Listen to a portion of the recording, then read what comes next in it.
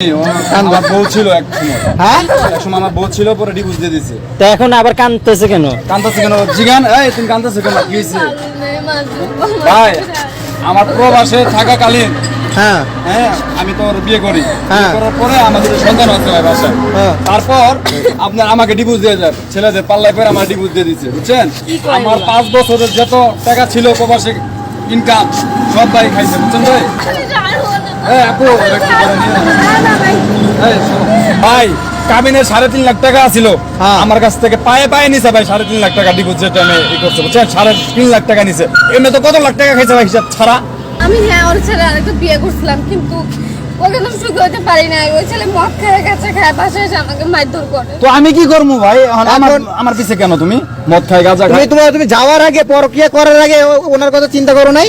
তো ওই কি করছে, ছেলেদের পাল্লায় বেরা ছেলেদের নিয়ে কক্সবাজার যায় ভাই করে, আবার শপিং করে। আমার টাকা কষ্টের টাকা প্রবাসে আমি কষ্ট করি ভাই, এই টাকাগুলা দিয়া ছেলেদের ভাই মার্কেট করে ছেলেদের ঘড়ি কিনে দেয়া, এই গলা চেন কিনে দেয় ভাই, জানেন? এগুলা মানে আপনার টাকা দিয়া উনি, এটাই তো কথা দেখতেছি যে কেমন বলবো। আমি যদি এখানে কি হইছে?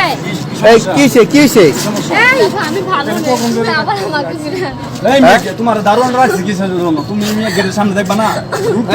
মেয়েটা কি হইছে ভাই ঘটনাটা? আচ্ছা ভাই আপনি কি চেনেন নাকি ওনাকে? ভাই চিনি, আমার বউ ছিল এক সময় আমার বউ ছিল পরে ডিভোর্স দিয়ে দিছে। তো এখন আবার কাঁদতেছে কেন? জিগান তুমি কাঁদতেছো কেন? কি হয়েছে ভাই? আমার প্রবাসে থাকাকালীন আমি তো বিয়ে করি, করার পরে আমাদের সন্তান হচ্ছে ভাই বাসায়। তারপর আপনার আমাকে ডিভোর্স দিয়ে যায়, ছেলেদের পাল্লায় পরে আমার ডিভোর্স দিয়ে দিচ্ছে, বুঝছেন? আমার 5 বছরের যত টাকা ছিল প্রবাসে ইনকাম সব ভাই খাইছে, বুঝছেন ভাই? এখন ভাই আইছে সামনে। কেমন ভাই আমার বিষয়গুলো?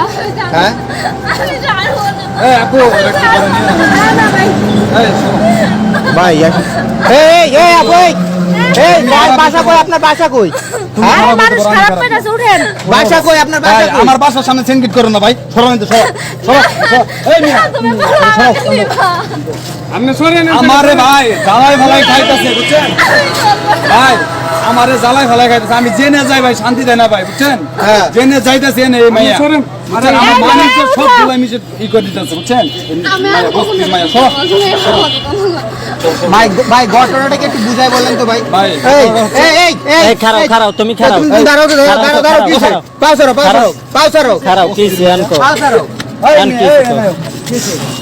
তোমার কাহিনীটা কই। আমি যখন প্রবাসে থাকি, নতুন বিয়ে করে প্রবাসে গেছি, প্রেগনেন্ট পরে দেখতে দেখতে 2টা বাচ্চা হয় আমাদের। তারপরে আমি তো যা ইনকাম করি, স্বর্ণ গয়না যদ্দূর পারি ভাই, বুঝছেন কথা না? আমার ছেলেদের দুধ খেয়ে না ভাই, যা পারি সব ওরে আমি পাঠাই ভাই, বুঝছেন? আমার নিজে মার না পাঠাই ভাই, ওরে পাঠাই ভাই, বুঝছেন? তো ওই কি করছে, ছেলেদের পাল্লায় বেরা ছেলেদের নিয়ে কক্সবাজার যায় ভাই করে, আবার শপিং করে। আমার টাকা কষ্টের টাকা প্রবাসে আমি কষ্ট করি ভাই, এই টাকাগুলা দিয়া ছেলেদের ভাই মার্কেট করে ছেলেদের ঘড়ি কিনে দেয়া, এই গলা চেন কিনে দেয় ভাই, জানেন? এগুলা মানে আপনার টাকা দিয়া উনি এসব করছে। তো ভাই আমরা সম্পর্ক কি লাগে? সম্পর্ক আমার ভাই কিছুই না ভাই, কারণ ডিভোর্স দেওয়ার পর সম্পর্ক কি থাকতে পারে ভাই? একটা বলে মানে উনি কি আপনার ডিভোর্স প্রাপ্ত স্ত্রী? উনি নিজেই আমাকে ভাই ডিভোর্স দিছে, ভাই। আপনি ওনাকে কেন ডিভোর্স দিছিলেন? আচ্ছা আর ওনার পায়ে ধরে কেন কান্না করতেছেন ভাই? আমার কি একটা ওয়েট নাই ভাই?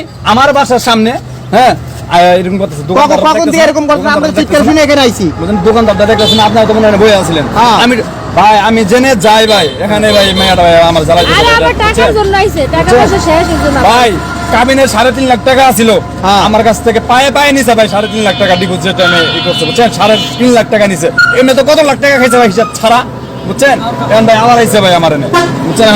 টাকা লাগবে, টাকা লাগবে আমার 30 ভাই। আপনি কি চান? আপনি তো ওনাকে ডিভোর্স দিয়ে দিচ্ছেন, আপনি ওনার কাছে বারবার কেন আসেন?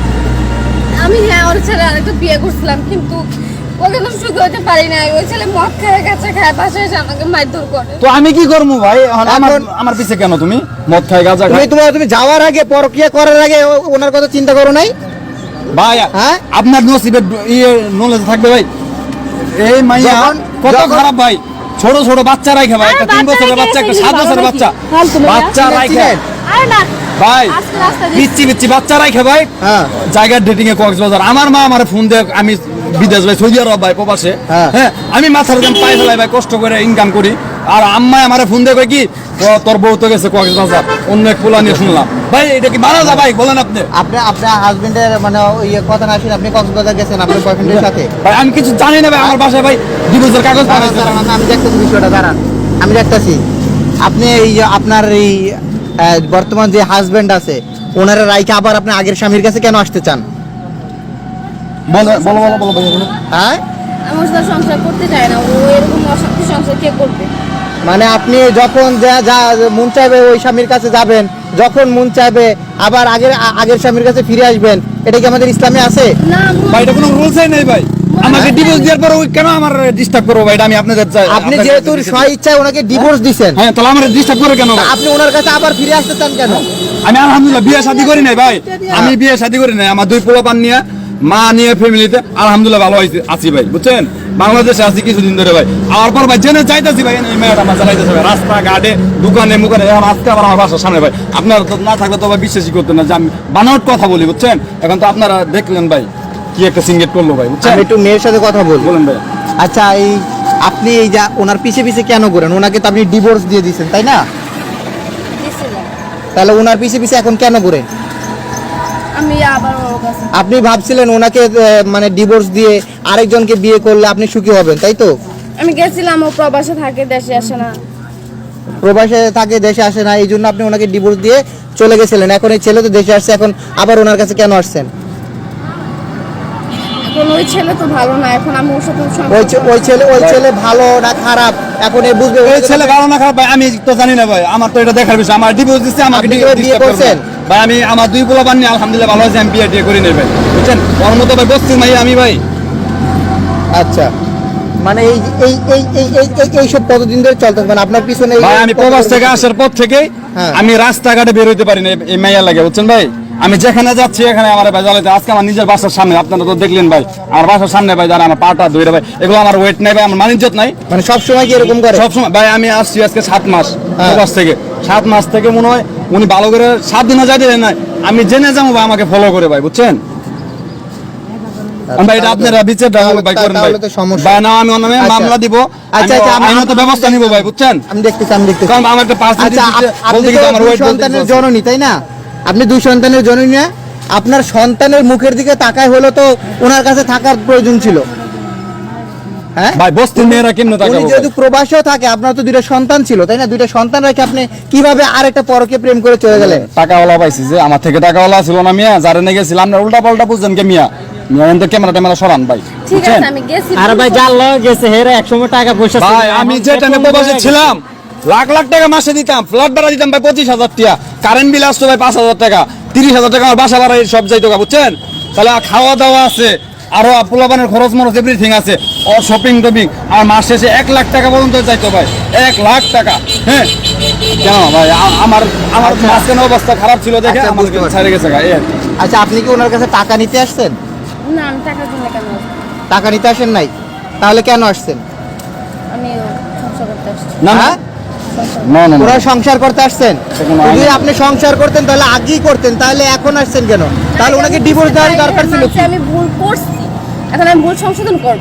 আমি সংশোধনের মধ্যে নাই ভাই আপনার ওয়াইফই যদি ডিভোর্স না না দেয় না, ভাঙা কলস কখনো যে জোড়া লাগে, মাটির পাত্র যদি একটা ভেঙে যায় এটা কি জোড়া দেওয়া যায়? যদিও বা জোড়া লাগে চিহ্ন কিন্তু থেকে যায়, যদিও বা একটা গ্লাস হাত থেকে পরে ভেঙে যায় সেটা কি জোড়া দিতে পারবেন আপনি? আপনারা যান আমি বাসা যাবো আমি খুব ক্লান্ত ভাই বুঝছেন ও কাজে গেছিলাম কাজে এই ভাই এই দারোয়ান